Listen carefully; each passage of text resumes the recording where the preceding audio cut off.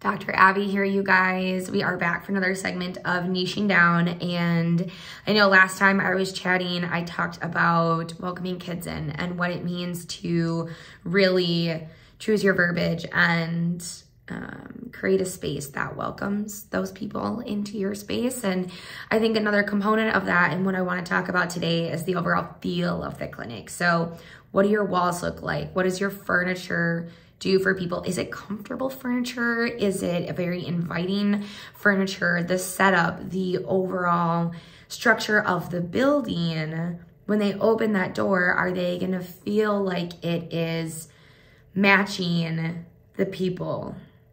Is what you set up in the clinic matching the people you want to draw in? And so when I had the opportunity to shadow and to intern at different clinics, a lot of the feelings I got were, I don't want to say cold, but a little cold feeling. So a lot of blank walls. And I think if you can imagine just like posters in a frame and those frames on the wall with, you know, your standard rainbow colored drawings and pictures. And you kind of see the similar, at least in chiropractic clinics, you can see a lot of similarities between the posters, and you have the spine and what each of that spine part does. What are some other posters I've seen? Just like overall mobility of people like running, people, you know, doing mobility, getting your spine aligned. When I walked into CHIRO for Moms, it was 100% different. There are no posters on the walls. The only things that are up on the walls are flowers, and there's a llama up above me, and there's a plant hanging in the back. And on that wall over there, we have a beautiful life-size original artwork of a spine, and we have colors on the walls on the side.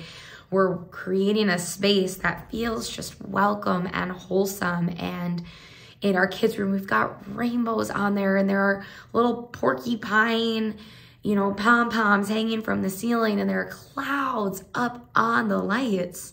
Have you ever sat and thought about when a kid's laying on their back, waiting to get adjusted, what are they looking at? Do you have something up on the ceiling to maybe give a little bit of a distraction? You know, I often ask, do you want to count the clouds with me? Should we see how many spots are up on the lights? And all of a sudden, it becomes a game. And you've got their attention. Because no kid wants to look up at the ceiling and be like, there's something up there. Like, boring, right? And then when you walk into the front desk, there's no posters, but for the holidays, we have holiday cards up because we're a family, we're a community, and we want people to see what was everyone's year like. And then on the other side, we hang up the coloring sheets that the kids color. And it's a great way, you know, appointments wrapping up, asking kiddos, hey, do you want to come hang your coloring sheet up on the wall with me? And all of a sudden, your appointments, while you're trying to, you know, kids are sometimes a little slow getting in and out of the doors. It's a great way to make these transitions a little bit smoother in a way that doesn't feel like you're pushing anybody out. So you're welcoming the kids in with the toys, and then they get to put their coloring sheet up on the wall. And for the moms, the toys are actively sitting out. It is with arm's reach for them. But the colors are the colors that maybe you would have in a nursery, that maybe you would have in your kiddos' playrooms. They're warm colors. I don't know how else to describe it. They're just warm. And that feeling, and we often get told that here at the clinic, it just kind of has a home vibe. You know, there are different rooms. You got kind of the living room in the center, and then, you know, the different rooms with the closed doors. So people really feel like they do have their privacy here, and we respect that maybe you're talking about something sensitive and you don't want everybody else to hear what you're talking about. That's okay.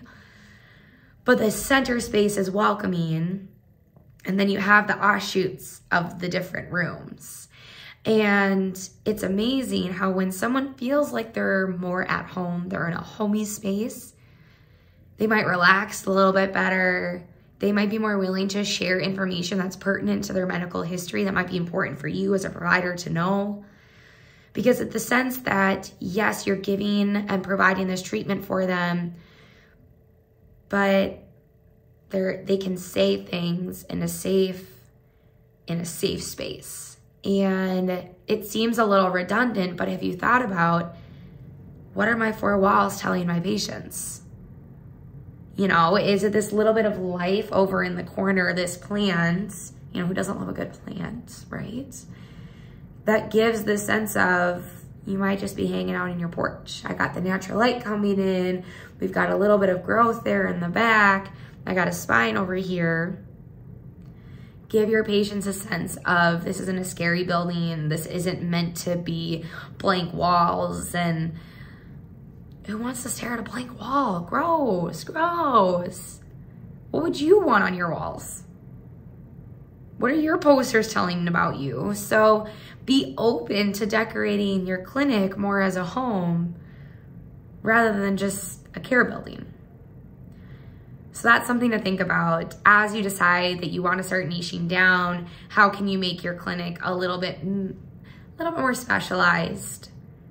Yes, we have to think about the people, but your people are coming into your space. So tell your story through your space. What would you want to walk into? Stay tuned for more to come. Any questions, let us know. Subscribe, follow us, tell us what you need, and stay tuned for what's to come next about niching down.